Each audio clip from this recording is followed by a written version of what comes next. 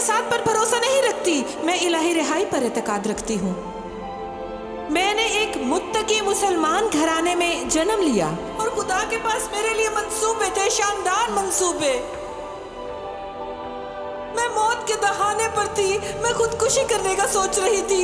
یسوع نے خود کو مجھ پر ظاہر کیا اور اس نے مجھے نئی زندگی عطا کی۔ اگر آپ میرے ساتھ دعا کریں اور میرے ساتھ اعتقاد رکھیں تو خدا آپ کو نئی زندگی بخشے گا۔ یسوع ایک حقیقت ہے، وہ زندگی کو تبدیل کرتا ہے، وہ تقدیر کو بدل دیتا ہے، وہ قوم کو تبدیل کرتا ہے اور اس کی قوم سارے جہاں کو بدل سکتی ہے۔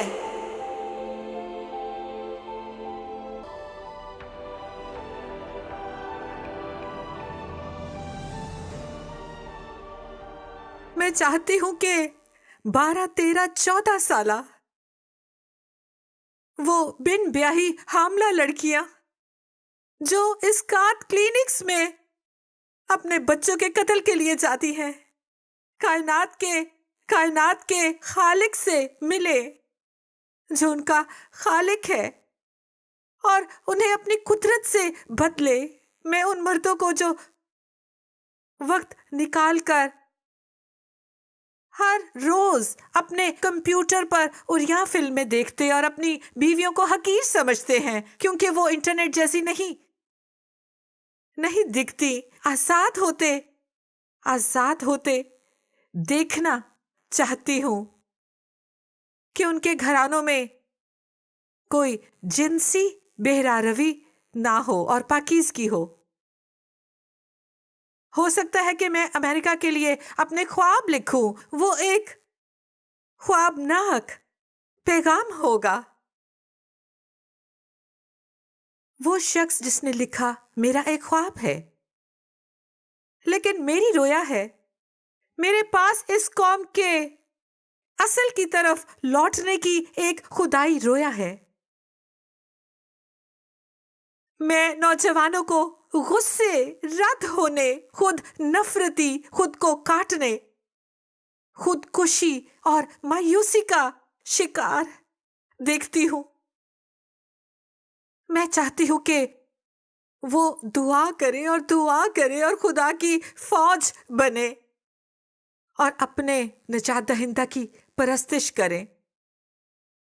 میری رویا ہے کہ خدا کی بے وقوفی اس قوم پر راج کرے اور بعض اوقات اس کی بے وقوفی مجھ جیسے احمق اور لا علم کو چنتی ہے۔ وہ لوگ جو قیمت جانے بغیر دعا کرتے ہیں اور بیداری چاہیے، کہتے ہیں مجھے ہر قیمت پر بیداری چاہیے، اور میں ہر لڑکی کو ہر قیمت پر چکلوں سے آزاد دیکھنا چاہتی ہوں۔ اس کے لیے بے وقوف مرد اور بے وقوف عورت چاہیے۔ مقدس یوحنا ایک بے وقوف لگتا تھا اور میں نہیں سمجھتی کہ اسے کوئی صحراؤں میں رہتے اور ٹڈیاں اور شہد کھاتے دیکھ کر کوئی اسے ذی ہوش سمجھتا ہو، اور اس کا لباس مضحکہ خیز تھا۔ لیکن وہ شخص فدا ہو چکا تھا، اور پھر یسوع اس کے متعلق فرماتا ہے کہ عورت سے پیدا ہونے والوں میں وہ سب سے بڑا ہے، اور جو خدا کی بادشاہی میں ادنا ہے وہ اس سے بھی بڑا ہے۔ ہم نے غلط سمجھا کہ ہم میں سے کوئی یوحنا سے بڑا ہے۔ ہو نہیں، ان میں سے سب سے چھوٹا جو اس سے تنگ دست رہا، اور میں افریقہ کے بہت سے لوگوں کو جانتی ہوں۔ جی ہاں، بہت سے ایسے لوگ ہیں جن کو میں افریقہ میں